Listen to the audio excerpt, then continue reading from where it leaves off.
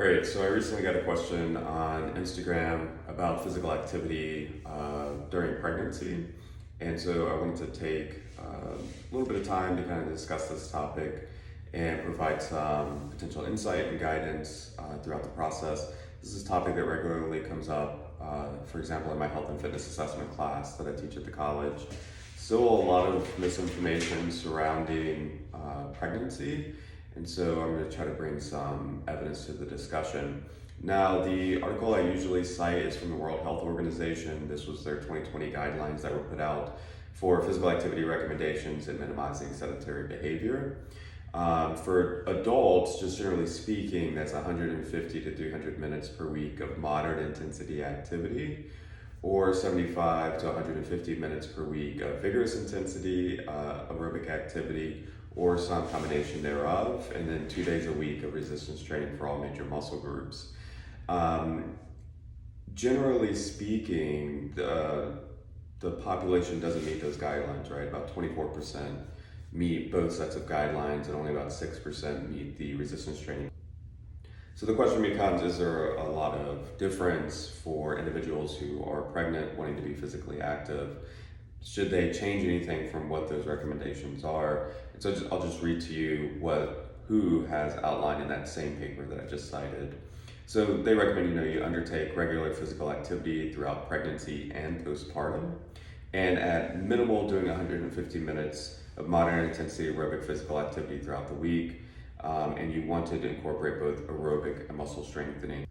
So now there was a more recent review that came out that's a pretty cool review. I actually just got to read it today, and it's by Heyman et al.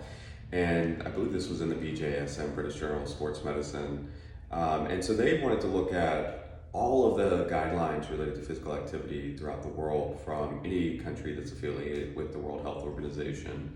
And so this is titled Public Health Guidelines for Physical Activity During Pregnancy from Around the World, a Scoping Review.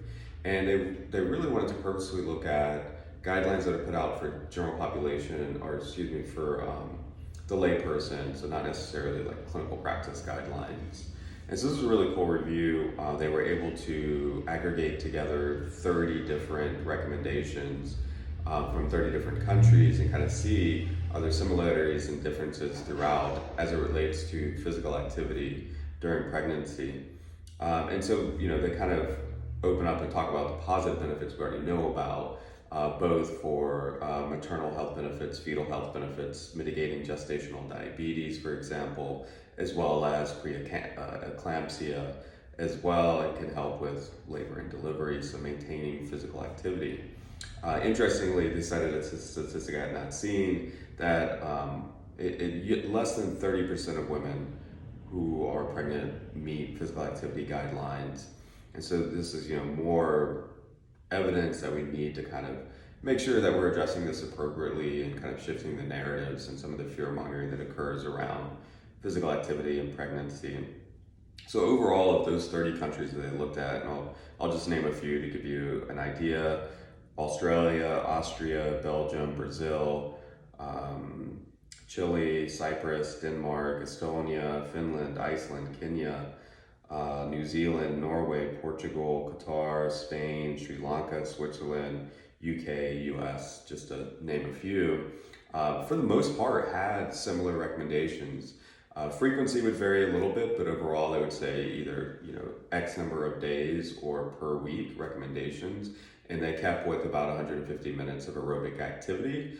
And they would say moderate intensity, and usually the way I teach to gauge intensity, because it's very subjective and individual and based on your prior activity levels, is using things like a talk test. So saying, there's going to be a difference in intensity level if you're only able to say one word or two words, or can you say short phrases, or you're not able to say anything at all. That's going to change, the intensity, obviously.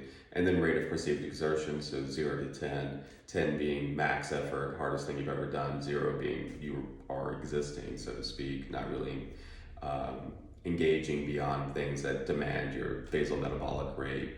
And so that kind of helps people gauge intensity levels. Now, interestingly, they did notice most countries stuck with moderate intensity. They didn't really even wade into the waters of saying vigorous intensity activity, which is kind of gap in the evidence, right? Because that leaves out our athletes, our elite level athletes, as far as like, do they continue on? Overall, the discussion is yes. Like the main key factor here is what were you doing before pregnancy? If you've already been engaging in vigorous activity, then you likely can continue engaging that unless something develops. So they said women who before pregnancy habitually engaged in vigorous intensity aerobic activity or who were physically active can continue these activities during pregnancy and the postpartum period. Now, obviously, that doesn't get into kind of specific details of like what did labor and delivery look like? Was it a particular type of birth? Like was it vaginal birth? Was it cesarean? What happened? So those would be individual differences that would affect how people progress postpartum. But generally speaking, during pregnancy, whatever activity you were engaging in, you're more than likely okay to continue doing that because you already have acclimated to it. And in fact, we want to make sure individuals stay physically active throughout pregnancy in order to have the positive health benefits, both maternal and fetal. If you're new to physical activity, like you weren't really doing it and you recently found out you got pregnant, the kind of big mantra is just low and slow. So lower intensity, building up towards that moderate intensity level. Volume could be kind of moderate volume. So for example, how do I get to 150 minutes of moderate aerobic activity? You don't go from 0 to that, even if regardless of pregnancy status. That wouldn't be my recommendation. So what we could do is maybe it's starting with a 10-minute walk per day and see how you rate that on the RPE scale or with the talk test. And then slowly building up from that. Even if you did that 5 days a week, there's 50 minutes right there. And then each week just trying to add additional minutes. And it doesn't have to be walking, that's just the easiest example. Doesn't require a gym, doesn't require equipment. You kind of can go out and do it if you feel safe and comfortable in your neighborhood.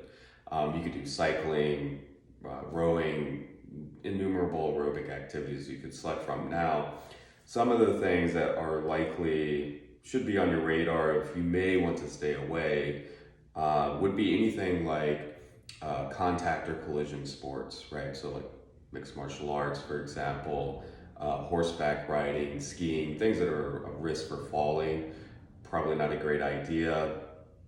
And then other things that usually get recommended as contraindicated would be things like having changes in barometric pressures. So scuba diving, for example. I don't have a ton of knowledge on that, so if someone does, as far as scuba diving, feel free to chime in and leave a comment.